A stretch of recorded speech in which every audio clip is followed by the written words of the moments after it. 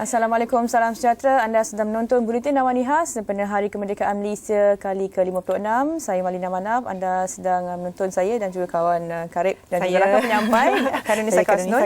Kami berdua akan bersama anda sehingga jam 11 nanti. Kita akan cerita tentang kemerdekaan. Kita akan berbual dengan tetamu di studio berkenaan dengan erti kemerdekaan. Dan juga tetamu melalui perbualan telefon dan juga berletas langsung sama rakan setugas yang berada di membuat liputan di Dataran Merdeka. Dan tahun ini kita tahu tema kemerdekaan adalah Malaysia Keberdaulat Tanah Tumpahnya Darahku, dan kita akan memperkenalkan tetamu di studio iaitu Anas Zubaidi, tidak asing lagi iaitu aktivis yang banyak menyokong tentang perpaduan dan sebagainya, dan juga Managing Director Zubaidi Sdn Berhad. Terima kasih. Saya tahu agak pagi, mungkin weekend, tapi okey, alhamdulillah dapat juga bersama kami di sini. Kita mungkin nak mulakan tentang erti perpaduan kepada erti kemerdekaan dan perpaduan kepada Anas ni. Kita tahu Anas antara orang yang banyak bersuara tentang perpaduan dan sebagainya. Pengertian peribadi pada anda. Mungkin kalau kita lihat perpaduan di Malaysia, kita kata kalau boleh perpaduan ini adalah di mana kita boleh melihat dan mengambil segala kebaikan daripada setiap kaum, setiap pelusuk di Malaysia ini, dan kita guna kekuatan itu untuk menjayakan Malaysia. Di Malaysia ini kadang-kadang orang kata kita nak colour blind. Di Malaysia kita tak mau colour blind. Kita sebenarnya kita nak rainbow, kita terima semua pelbagaian. The trick is kita mesti cuba appreciate dan juga melihat semua pelbagai kaum ini sebagai kita punya kekuatan. So, kita nak many colours, one race. Kita bukan nak ada satu colour aja, satu colour. Ini kalau kita lihat, contohnya if you look at even Al-Quran, dari chapter 30 surah 20 ayat 30 ayat 22, dia kata antara mukjizat Allah adalah dia antara the heavens and the earth, dia kata, dan juga kepelbagaian. Kita punya language, kita punya bahasa, dan juga kita punya colours, kita punya warna. Itulah untuk orang yang berakal. Orang berakal dia tahu. Jadi kita di Malaysia ni, kita nak perpaduan, kita nak bawa semua kekuatan yang diberikan kepada kita ni, yang many colours one race ni, jadi kita nak gunakan dia sebagai satu benda untuk menerajui, untuk menolak kita ke depan. Dan kita tahu 56 tahun ni bukan satu usia yang sedikit. Kalau letak pada orang 56 tahun tu matang kan. Tetapi moving forward, anda melihat ketika mana banyak isu tentang perkauman dan ialah isu ras yang jadi kita tengok hubungan kaum tu sedikit merosot dengan banyak insiden-insiden yang cuba menjejaskan ini. Bagaimana moving forward, apa yang perlu kita sebenarnya lakukan? Kita lihat ada yang merosot, ada yang menjadi baik. Ada yang merosot, ada yang baik. Contohnya kalau dari segi tempat pekerjaan, dulu kalau kita lihat sebelum 1970, sebelum NEP contohnya, kita susah nak tengok bukan saja pelbagai kaum dalam satu tempat pekerjaan. Kalau company itu company Hokkien, orang Hokkien je dia ambil. Kalau kemudian orang Melayu je ambil. Sekarang kita lihat dari segi tempat pekerjaan, business areas, kita tengok ada perpaduan, ada banyak kita engage each other. Tapi ada pula area yang kita telah merosot. Ada yang untuk ke depan, inilah kita mesti lihat, kita mesti mewujudkan di mana platform-platform dan peluang-peluang kita untuk bersatu padu, platform untuk kita say sorry to each other. Kita mesti ada masa untuk kita kata, minta maaf lah, mungkin kita tersilap kata, kadang-kadang ada yang melampaui batas kan. Tapi saya rasa kalau kita mesti wujudkan masa-masa di mana kita berhenti sekejap dan kita buat satu reflection atau renungan, di mana kita lihat mungkin kita salah, just in case you're wrong. Kalau kita lupa nak berhenti sekejap dan lihat, just in case I'm wrong, kita jadi arrogant, kita jadi bongkak, yang itu dia terus susah lah. Jadi hari merdeka ini adalah salah satu, dan juga hari Malaysia adalah hari-hari yang kita harus gunakan untuk menyatupadukan balik rakyat Malaysia ini. Tapi kalau kita tengok, bukan saja pada Hari Merdeka, kalau hari-hari perayaan yang lain pun, kalau kita tengok sekarang ni, perpaduan di antara satu sama lain tu amat utuh. Tapi pada satu ketika tu kalau kita tengok, ada juga yang unsur-unsur yang kurang senang kalau kita tengok. Kalau pada pandangan dia, unsur-unsur kurang senang ni mesti ada ya. Dia ada orang yang mungkin bukan semua orang yang baik. Tapi kebanyakan manusia memang baik. mesti ada unsur-unsur orang yang suka memecahkan kita. Pada pendapat Anas tak mau komplain pasal mereka. Ya, kita lebih baik rather focus on the positive side, right? Not just focus on the positive side. We do something great that we overshadow them. Ya, kita selain banyak, kita kadang-kadang kita suka komplain. Sebab kita ada say something nice campaign yang kita buat ni semua. Jadi kita mesti yang mahu bersatu padu, yang mahu buat baik, kita mesti lebih cekap, lebih efektif dan efisien dalam kita punya pemanggilan dan juga kita punya promosi Unity. Jadi kalau kita lebih efisien, jadi apa dia buat semua jadi kecil lah. Macam kita ni sebenarnya pada masa sekarang bakteria attack kita bermilion-milion, tapi kita punya antibody kuat. Jadi dia tak boleh buat apa. Memang sekarang kita we have been attacked by bacteria, but because of our body have a lot of antibodies which is stronger. Jadi kita mesti perpaduan kita mesti jauh lebih kuat daripada kelompok-kelompok yang nak memecahkan kita ni. Okey. Penglibatan kanak-kanak ataupun budak-budak sekolah dalam acara-acara sebegini, adakah ini boleh membuka mata? Sebab kita mungkin nak sentuh tentang say something nice. Say something nice, ya. Ini penting. Banyak kalau kita tanya orang yang telah bersama tahun-tahun lepas buat gini, orang yang dah umur 40 tahun, 30 tahun. Dia kata one of the most proudest moment when they were there. Yes, betul. So, say something nice campaign, ada satu campaign yang kita buat. Samalah kita boleh buat, bukan saja nak pakai celoreng ataupun Malaysian flag. Kami dah mulakan say something nice campaign, di mana campaign ini adalah kami bermula hari ini, August 31st sehingga Hari Malaysia 16-17 September, di mana kita nak showcase the best of Malaysia. Kita nak mempamerkan Malaysia yang paling terbaik. Kita nak jadikan 17 hari kedamaian. Kita hari yang mana kita minta maaf antara kita kalau kita tersilap kata laluan dia. Kita the last 5 years lah mungkin sejak 2008. Ya, ini banyak cara lagi, dan cara kami senang aja. Kalau boleh lihat ni, kita punya, do I take it up? Maybe I can take it up. Di sini kami telah contohnya buat banyak print 15,000 poster begini, dan juga selain pada kami ada pula yang ada orang yang lain yang support sebenarnya Jabatan Perpaduan Integrasi Nasional. Dia print 6,000 lagi. Banyak. Dan telah dihantar ke semua tempat rukun tetangga dan tabika. Jadi senang je, kita nak tulis saja say something nice. Kita boleh say something nice, kita kata hulurkan kata manis, bukan saja kepada negara tapi untuk mak bapak kita, cikgu kita, polis, bomba, banyak antara even you guys, you are disseminating information. Jadi kami banyak buat dah satu Malaysia dapat ni, tapi this is we start lah in a small way. Dan juga kami ada satu poster begini yang besar dekat Tropicana City Mall. Kalau nak datang boleh datang. All the leaders of Malaysia, whether it's political, business, social, NGO, please come and sign lah.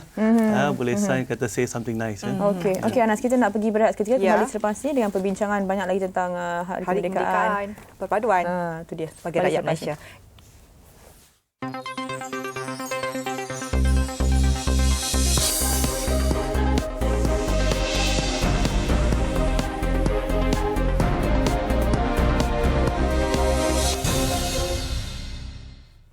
Baik, bertemu kembali. Anda masih lagi menonton Buletin Awani Khas sempena Hari Merdeka yang ke-56 dan bersama saya Malina Manaf dan juga tetamu kita di studio Anas Zubairi. Baik Anas, kita terus dengan perbincangan mengenai say something nice. Selepas pelancaran pada 29 Ogos, iaitu 2 hari lepas, bagaimana penerimaan yang mungkin Anas boleh kongsikan? Penerimanya untuk pendapat Anas, kerana ini satu projek yang small budget lah.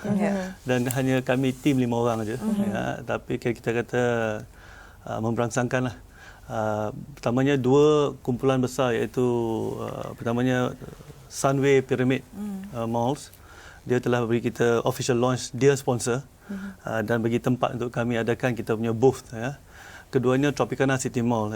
Kita lihat dua-dua ni adalah competitors. Dua-dua pun shopping mall. Tapi datang bersama dan membuat goal ataupun matlamat Malaysia lebih penting matlamat diri mereka sendiri. Itulah kita tengok satu kemenangan. Ada satu cerita nak buat. Bila kami hantar surat kepada Maidin Store, dan tim Anas pergi ke tempat Maidin dan dia membentangkan pendapat kita mengenai say something nice. Dan Datuk Amir kat Maidin pun dia kata ini bagus, dia nak terus support kerana Maidin satu Malaysia akan ada poster semua ni. Dan dia kata you jangan lupa, you kena call juga Econ Safe. Econ Safe adalah satu lagi store yang dipunyai oleh rakyat Malaysia. Dia bagi nama dan telefon nombor Mr. Lai. Dia suruh telefon, walaupun Econsave dari segi seharian adalah kompetitor untuk Mydin, tapi untuk Malaysia dia jadikan secondary. Jadi matlamat Malaysia, perpaduan Malaysia lebih penting daripada matlamat kita yang di bawah. Ini kita lihat dari segi saya kata satu kemenangan, ya, kemenangan. Dan juga kata tadi Jabatan Perdana Menteri, kita ada banyak religious bodies yang telah ambil kita punya poster dan disseminate, dan company ada banyak. UTM ambil 800, UMK Universiti Malaysia Kelantan ambil 200, ya. Dan juga ada orang, bila kita Anas ada buat advertisement ini mengenai nak buat Say Something Nice campaign tu, ada seorang tu individu yang Anas tak kenal, dia baca campaign Say Something Nice ni, dia kata dia call office, dia kata dia nak contribute. Dia call kita over teh tarik, Anas suka kata teh tarik diplomasi lah kalau kita guna di Malaysia. Dia kata dia suka campaign ini. Dia ni nama dia Andy, dia adalah dia mempunyai satu syarikat nama Everest, itu syarikat logistik. Andy ni dia ada satu cerita yang interesting dan motivasi dia kalau kita dengar. Dia mula bisnes dengan satu telefon dengan satu motor dia buat delivery. Tapi sekarang dia ada satu fleet lori-lori dan van-van. Dia kata Anas macam ni, ini benda yang bagus. Dia kata dia nak sponsor diri dia akan tukar dia punya lori dia dengan Say Something Nice campaign punya logo. Jadi kita ada sekarang dah 4 dah, dia target 10 daripada lori dia. Dia nak kita tengok, kalau you tengok di sini dia punya lori, dia letak Say Something Nice campaign. Dan ini lori pergi satu Malaysia. Okey. Ya. Dan dia akan beroperasi bertahun-tahun, ya. Say Something Nice campaign ni bukan satu tahun aja. Kita dah mula daripada 2011 kan, 3 years ago. Tapi mula kecil-kecilan dalam Zubaidi aja. Lepas tu last year kita buat Zubaidi dengan 2-3 bloggers. Hari ini tahun ini yang kita nak buat besarkan. Kalau boleh insya-Allah tahun depan lagi besar. Jadi lama-lama mungkin 10-15 tahun lagi dia jadi satu budaya untuk Malaysia, di mana 17 hari ini kita akan gunakan untuk buat beberapa perkara. Satunya adalah for peace, kedamaian, mempamerkan dan menunjukkan kepada dunia kita punya benda-benda Malaysia yang terbaik. Kita bukan saja say something nice, kita boleh buat cook something nice, dance something nice, write something nice, semua something nice, paint something nice, ukir something nice. Kita nak lihat, nak mempamerkan kita punya unity in diversity. Kita sebenarnya, masyarakat majmuk kita ini adalah salah satu yang sungguh unik. Tapi kita mungkin belum menggunakan keunikan kita ini dengan sepenuhnya. Di mana Anas rasa kalau kita benar-benar menggunakan kita punya many colours one race ni, kita banyak pelbagai warna, tapi satu bangsa ni, kita boleh attract turis ke Malaysia yang akan datang nak lihat. So the idea is this 17 days, 17 hari ni, kalau kita boleh buat lama-lama, orang datang ke Malaysia nak lihat, apa ni 17 hari macam-macam boleh tengok. Attract people, ya. Yes, okay. Bila Anda kata tentang isu kepunyaan, belonging kan, maknanya pandangan Anas sendiri. Bila katakan kita terpaksa, kita perlu letak perbezaan sebagai bukan penghalang, tetapi sebagai keunikan yang kita boleh rise above daripada apa yang kita ada sekarang ni. Ya, sebenarnya perbezaan ada, tapi kita banyak ada nilai-nilai murni yang kita kongsi bersama. Contohnya kita nilai murni, contohnya hormati ibu bapa. Semua pun. Very clear. Nilai murni di mana kita ada bersikap empati. Di Malaysia kita ada banyak sikap empati. Kalau besok kita tengok dalam surat khabar orang ada masalah hole in the heart kan, kita derma dan sebagainya, betul. Jadi kita ada banyak nilai-nilai kita yang ada yang boleh menyatu padukan kita. Kita panggil shared values lah. Jadi kita kena beri perhatian dan bagi fokus kepada nilai-nilai ini. Memang ada perbezaan, tapi perbezaan yang kita ada ni sebenarnya adalah dari segi execution probably, bukan dari segi konsep. Dan perbezaan ini adalah mencantikkan, sebenarnya ada mempelbagaikan. Kalau tak boring. Tak boring. Jadi kita boleh lihat juga daripada perbezaan ini ada benda yang lama-lama kita jadi satu contoh cantuman. Contohnya kita ada hybrid. Kalau kita tengok kita punya roti canai is a hybrid. Asam laksa is a hybrid. If you look at our food, baju Anas pun hybrid. Ini daripada Indian baju dengan sekak musang Melayu punya. Anas nak cuba buat dengan butang Chinese butang. Tapi orang nak buat tu dia kata dia tak boleh buat. Kalau tak dah jadi tiga-tiga hybrid. So boleh juga ya. Jadi ya sebenarnya kita boleh menggunakan kita punya kepelbagaian ini. Kita mesti faham tu, kepelbagaian adalah ciptaan Tuhan. You know? I quoted the Quran just now, chapter 30 verse 22. It is God's sign, tanda dari Allah, in the creation of the heavens and the earth, dalam ciptaan langit dan bumi, ya, dan apa sahaja di dalamnya. Dan kita punya kepelbagaian dari segi bahasa dan juga dari segi warna kita, ya, adalah satu pemberian, sign from God, untuk orang yang berakal. So for Malaysia, if we use our knowledge and our brains, we should see our kepelbagaian ini as God's gift, atau pemberian Tuhan, di mana kita harus menggunakan pemberian ini dengan sebaik-baik yang boleh. Betul. Ya, dari segi kreativiti contohnya, oleh kerana kita telah melalui, kita boleh lihat dan kita boleh juga mengalami experience, ya, dari segi Chinese culture, Malay culture, Indian culture, kita Western culture ada. Bukan saja itu, kita ada what you call indigenous culture, contohnya kita ada Sabah dan Sarawak. Nah, semua benda-benda kalau kita lihat dari segi kreativiti, kalau kita lebih ada more information up here, kita boleh buat satu connection yang lebih baik. Kita boleh come up with more great stuff. So I agree with the doctor. Yeah. Dia kata kita boleh gunakan semua ni, ya. Tapi kita mesti mahu buatlah. Kita mesti ada kemauan. Kemauan tu perlu ada. We must want it lah. Okey, Anas, kita kena berehat sekali lagi. Kita akan kembali dan sambung perbincangan dengan Anas Zubaidi berkenaan dengan perpaduan patriotisme sempena Hari Kemerdekaan ke-56 negara kita. Jangan ke mana-mana. Kembali selepas ini.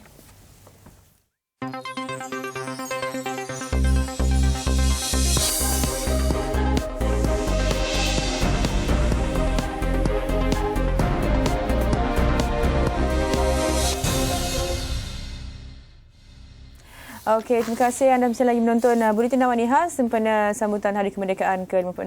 Saya Malina Manaf, Harinisa Kasnun. Tamu di studio adalah Anas Zubaidi. Tapi kita dah bincang dalam setengah jam yang lalu tentang perpaduan, patriotisme dan sebagainya. Tetapi isu paling penting kalau kita tentang kemerdekaan, tentu tentang sejarah. Bagaimana pejuang kemerdekaan fight for independence, kan? Adakah sejauh mana perjuangan ini memberi kesan kepada orang-orang muda? Adakah mereka menghayati sejarah pembinaan bangsa negara kita ni atau hanya sekadar mendengar cerita? Kita sebenarnya kalau kita orang kaum muda means what? Below 30 lah. Below 30 kan? Gen Y lah. Okey. Gen Y and below lah. Nisa masih lagi lah Gen Y. Gen Y dan kurang muda Gen Y, ya. Sebenarnya kepada orang yang muda-muda ni, dia erti kemerdekaan tidaklah sedalam untuk orang yang melalui kemerdekaan. Contohnya orang yang umur 60 lebih 70. Mereka yang memperjuangkan kemerdekaan. Ini oleh kerana itulah kepentingannya kita, satu benda yang penting itu adalah kita punya sistem pendidikan. Macam mana kita mengajar mengenai sejarah. Itu benda yang penting. Dan keduanya, kita mesti bukan saja memberi fakta-fakta dari segi apa berlaku 1957, iaitu Hari Merdeka, dan 63 Hari Malaysia. Kita mesti juga mengerti makna atau the meaning of 1957. Apakah konsep 1957? I think itulah yang kita mesti penting. Bukan saja kita nak minta orang, kita mesti celebrate merdeka, ingat kembali yang apa pejuang-pejuang. For the young, maybe dia tak boleh masuk dalam hati dia. Tapi yang penting, apakah erti makna 1957? Ya?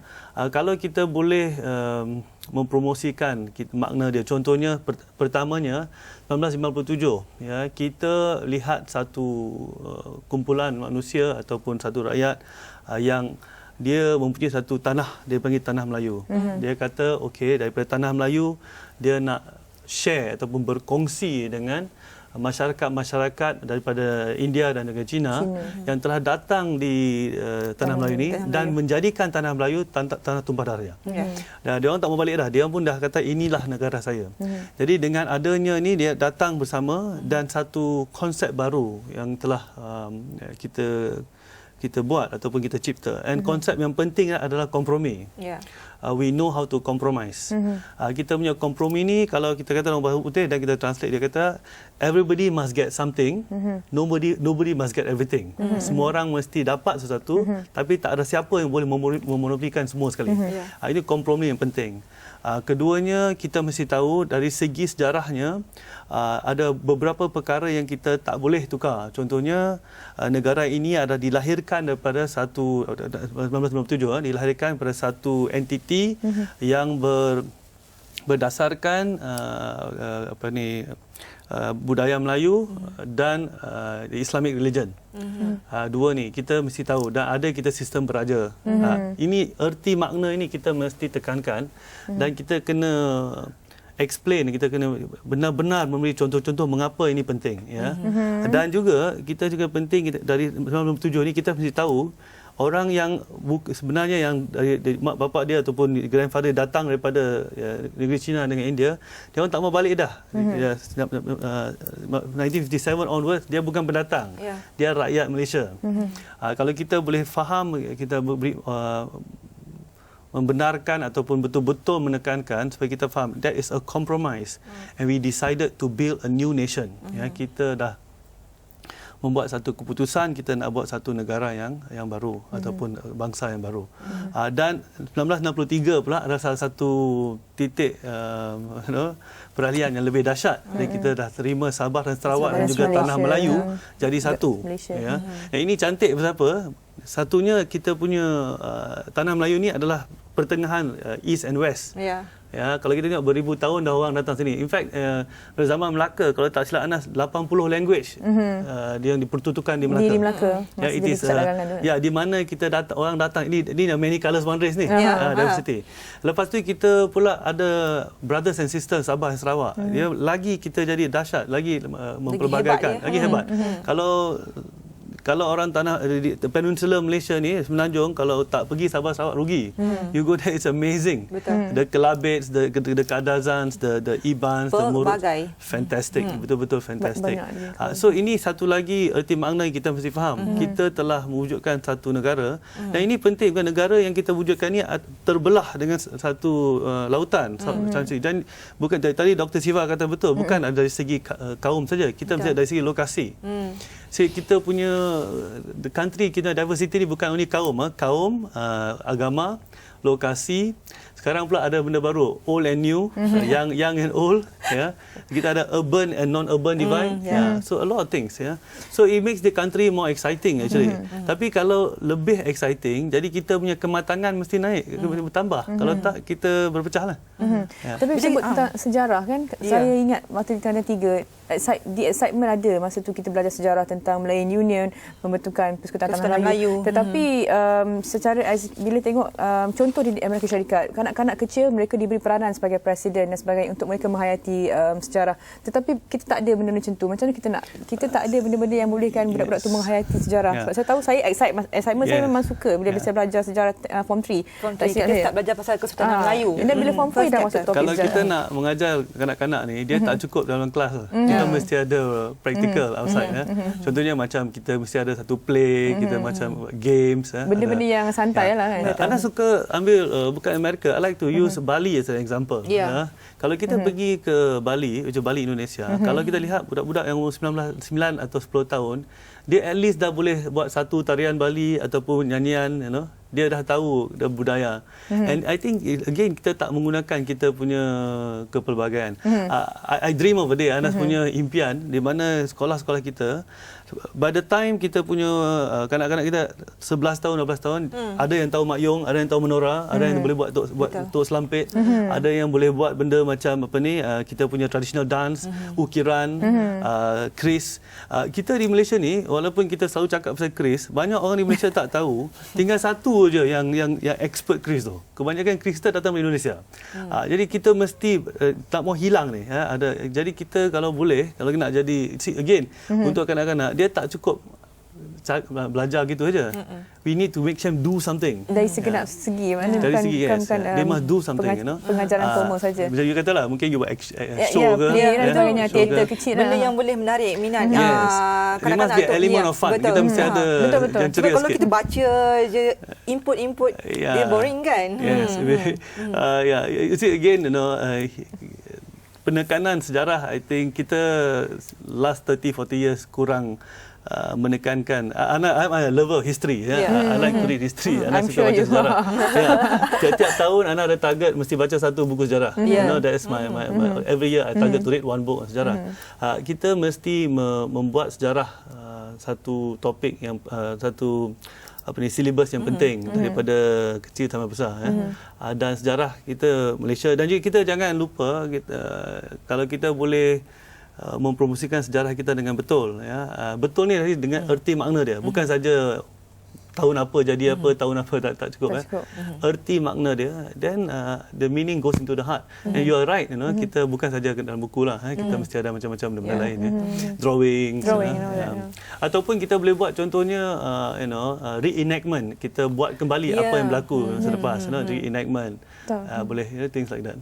Anas, kalau kita imbas kembali 56 tahun yang dulu kita bebas daripada penjajah, tapi kalau melihat sekarang ni, adakah kita ni benar-benar betul tidak lagi dijajah, ataupun sejauh mana kita bebas daripada dijajah?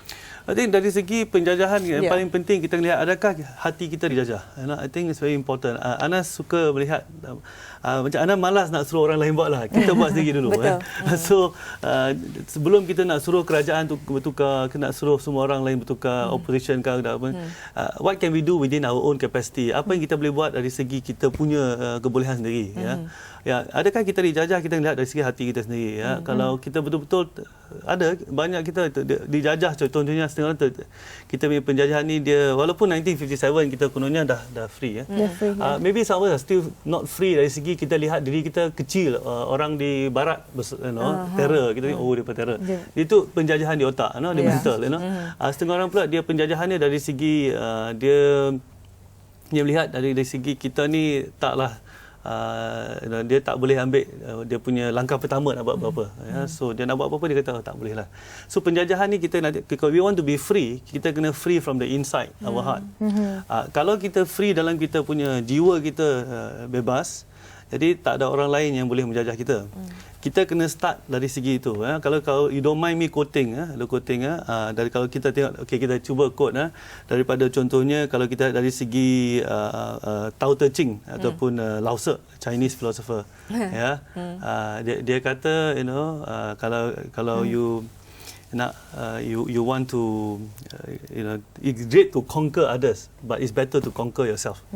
Kita dari segi Buddha kata, Gautama Buddha kata, great he is the leader who have conquered 1 million men, but better if you conquer yourself. Kalau kita lihat dari segi contohnya dari segi let's say Bible, dia kata don't look at you can see a speck other people by your own, tak nampak. The Quran kata God will not change, Allah tak akan menukar nasib seorang itu kalau tukar diri sendiri.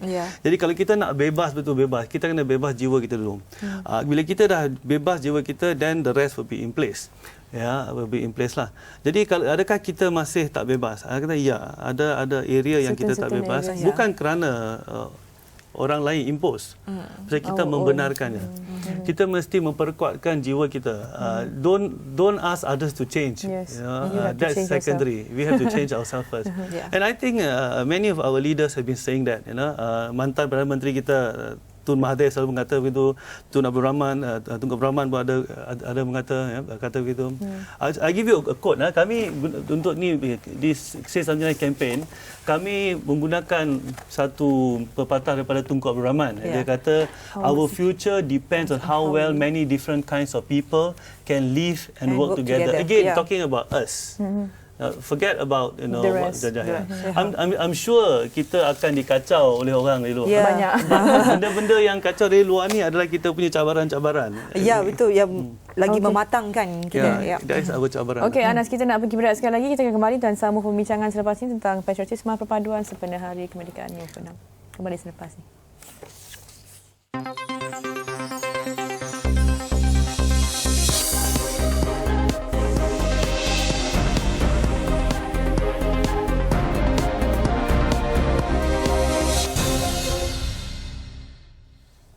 Baik, bertemu kembali. Anda masih lagi menonton Buletin Awal Nihar sempena Hari Kemerdekaan yang ke-56. Sekali lagi saya perkenalkan, saya bersama Malina Manaf dan juga tetamu di studio Anas Zubaidi.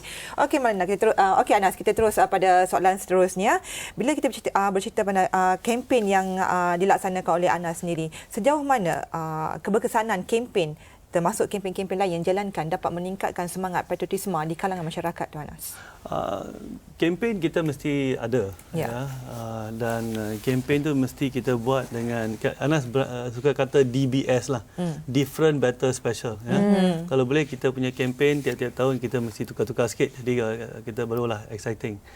Kempen ni penting kerana kempen ni adalah cara untuk kita menyebarkan mesej kita dengan cara yang lebih exciting, lebih seronok sikit.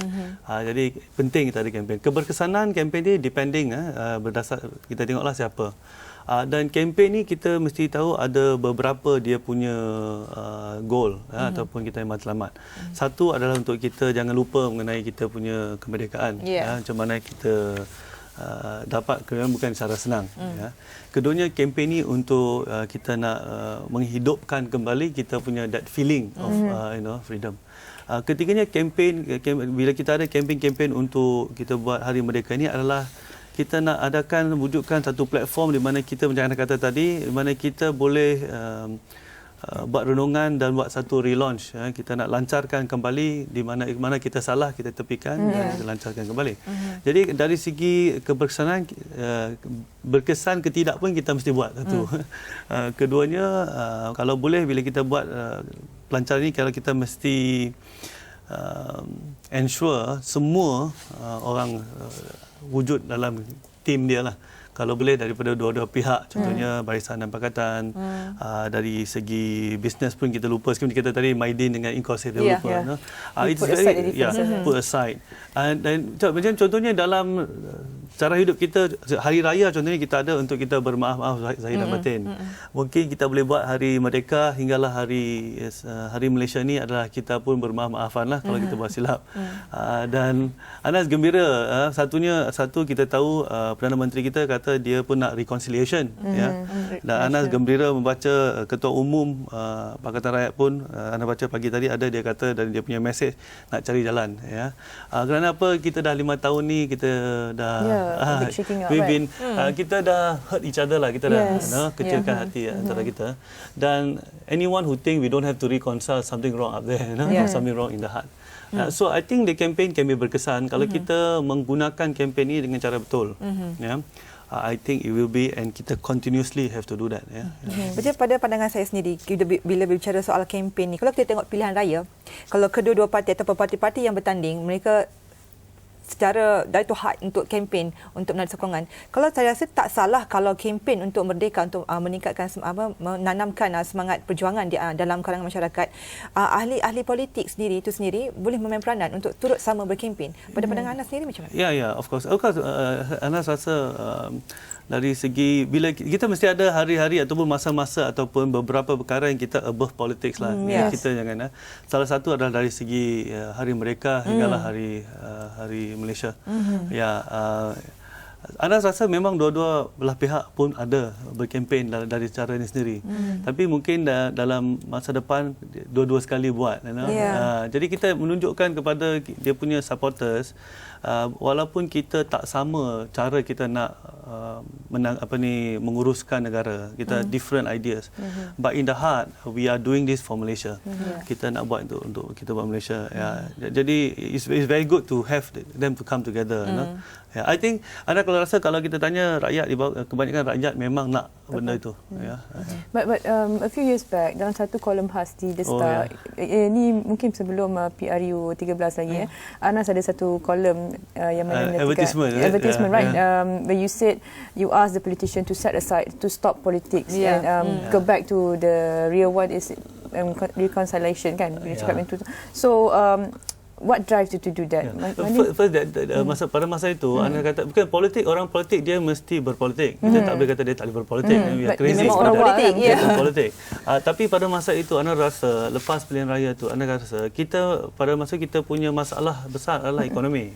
Jadi at that point of time, pada masa itu, Anda kata kita push politik aside, we focus on economy. Anas rasa kalau setiap 5 tahun bila kita buat pilihan raya, lepas tu kita kena terima. Dan kita kena bagi peluang untuk yang menang, whether federal dipilih, ataupun federal ataupun dekat state, kita jangan kacau dia. Kita bagi dia 5 years, kita mesti support. Walaupun kata konon Anas vote satu pihak, tapi pihak yang lain yang jadi kerajaan, tapi lepas tu Anas mesti support for 5 years. Apa dia punya policy, kita kena support. Pasal apa, kita mesti respect, kita mesti hormat majoriti yang telah memilih.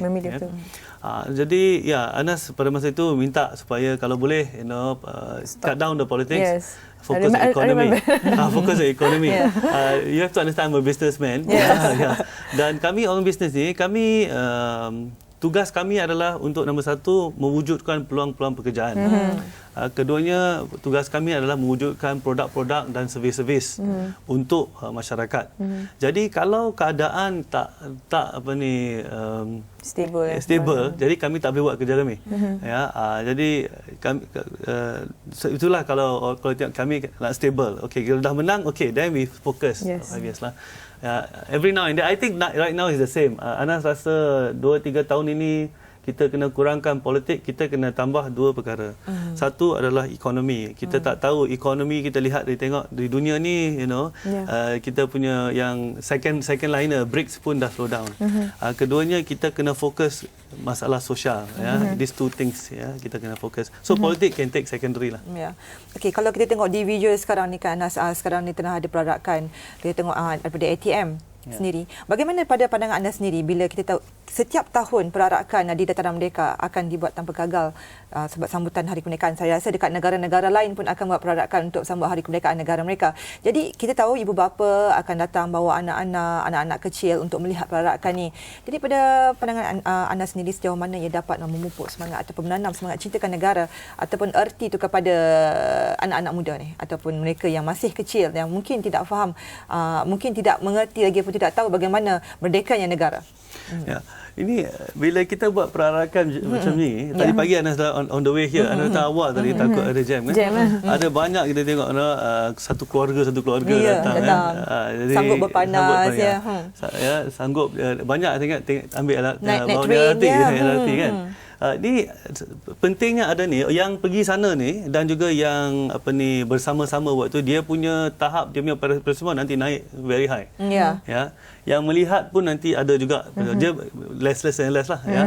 Ni penting bila kita lihat benda-benda macam ni, dia dalam jangka masa dalam 2-3 jam kita mempamerkan Malaysia. Dan kita melihat dengan mata kita sendiri, kita punya ahli tentera kita, kita lihat sendiri kita punya pemimpin-pemimpin, kita lihat sendiri kita punya kepelbagaian. Jadi dia macam satu menu lah, satu buffet sekali tengok. Buffet spread.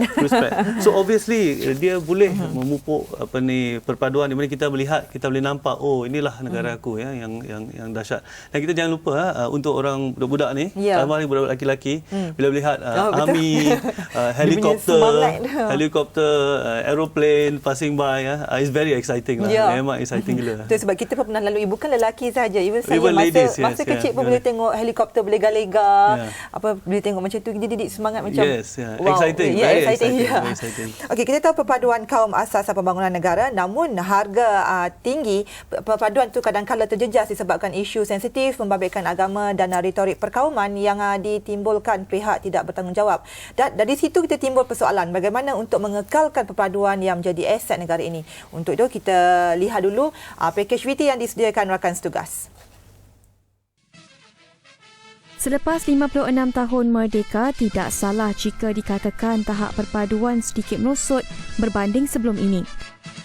Sekaligus menuntut usaha meningkatkan penyatuan antara rakyat pelbagai kaum atau berdepan kehilangan keharmonian yang terjalin sekian lama.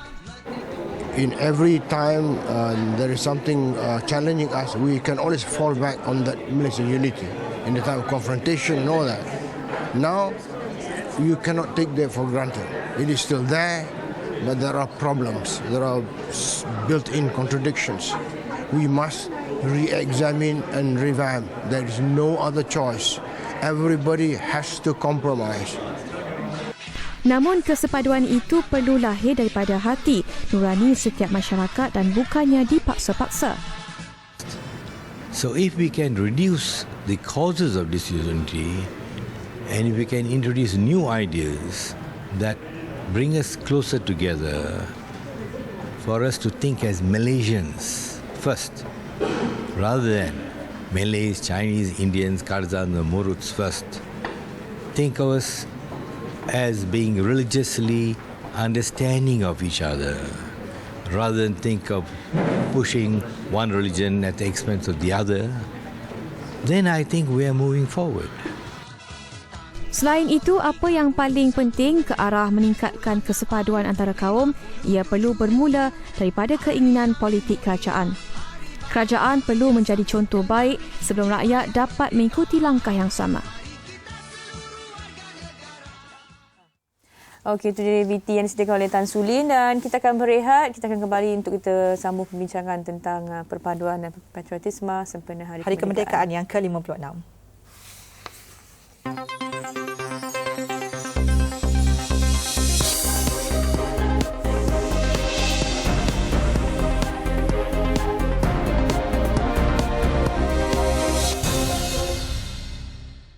Okey, dan tadi kita dah dengar pengisian patriotisme menerusi karya seni.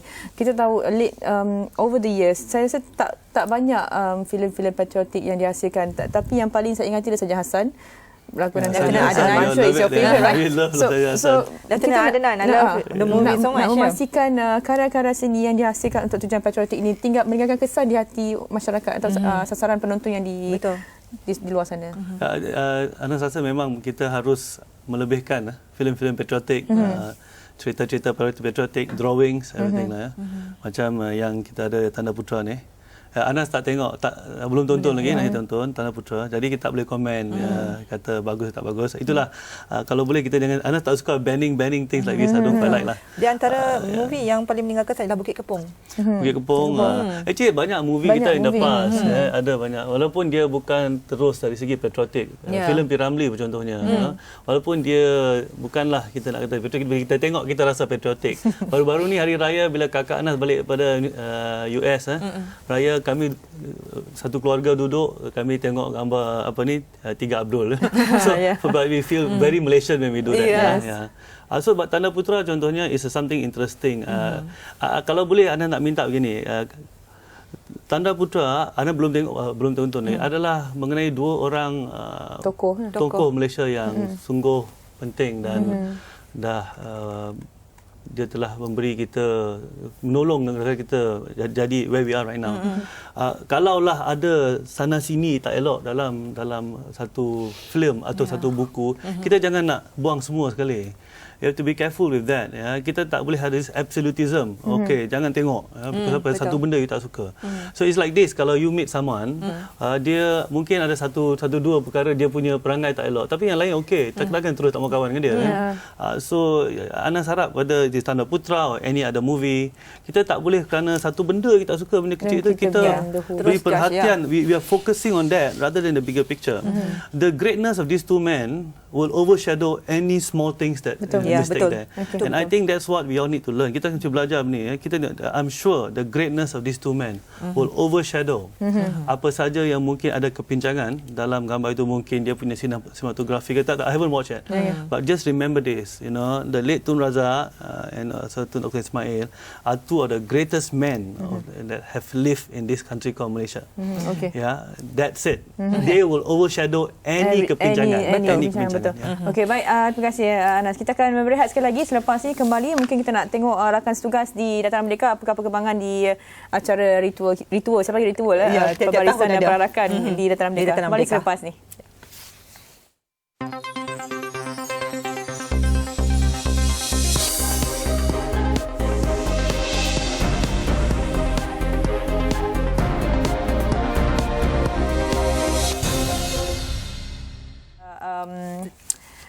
Anas Zubedi, cerita tentang kalangan belia ini, mana penglibatan patriotisme ini saya banyak kita tengok lebih kepada elemen-elemen yang berunsur hiburan. Kita memang tak adil untuk kita mengukur penglibatan mereka dari sekitar. Mungkin pandangan Anas ni. Januari ataupun guna belia, dia ada cara lain untuk melafazkan apa yang dalam hatinya. Kalau dia nak melafazkan menggunakan hiburan tak apa, nak gunakan sports pun tak apa, nak gunakan arts pun tak apa. Jadi kita jangan kata ada satu cara aja.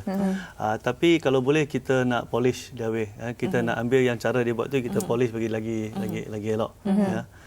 Dari segi kritikan memang kalau tak ada kritikan we are not alive lah kan. Jadi bagus ada kritikan, tapi freedom must come with responsibility lah.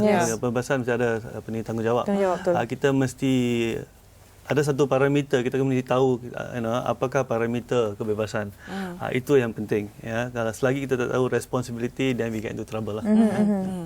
Macam pada pandangan Anas sendiri, kita tahu sekarang pelbagai inisiatif yang dijalankan kerajaan dalam usaha untuk memupuk semangat cintakan negara, dan antara yang terbaru dalam menyanyikan lagu Negaraku di Pawagam sebelum tayangan dimulakan. Jadi pada pandangan Anas sendiri, adakah waktu lagu Negaraku tu perlu dimainkan hanya sewaktu bulan kemerdekaan ataupun dia sepatutnya berterusan? Anas rasa ini yang kontroversi ini adalah perkara yang kecil. Kalau kita dengar lagu Negaraku, di mana pun kita berdiri lah. Ya, betul. Jadi paling kalau kita buat hari-hari ke, kita buat sekali sebulan ke, secondary. Kalau ada aja Negaraku, kita minimum kita kena berdiri. Kalau boleh kita menyanyi. So Anas kata semua polemik dan debate ni adalah it's a waste of time. As long as kalau ada saja, kalau kita adakan berdiri dan kita respect dan kita menyanyi dengan Negaraku tu dengan penuh semangat kalau nak menyanyi. Kalau tak, at least stand up. Ini sama kalau kita masuk dalam masjid pun, kalau ada bang masa azan, kita tak duduk, kita kena berdiri. Sama ya. Jadi kita belajarlah buat sama, kita respect. Kalau yang tu tak boleh buat, then very difficult to be a Malaysian lah. Ya, betul. Tapi saya percaya sepatutnya tidak ruang untuk menunjukkan rasa cinta negara tidak perlu dipaksa. Tak dipaksa. Tapi jangan kurang ajar. Tapi kita jangan force. Kalau kita memaksa golongan muda tu, dia dari segi natural dia mungkin retaliate. Dia mula-mula dia tak mau, dia jadi dysfunctional. Jadi kadang-kadang kita yang orang yang lebih tua ni be careful. Kalau kita tak suruh dia buat, dia nanti buat. Kalau kita suruh dia buat, dia tak mau buat. Jadi just play the song. Kalau selalunya orang nanti bangun dan kalau semua bangun, satu dua tak bangun, itu dia akan satu segan sendiri.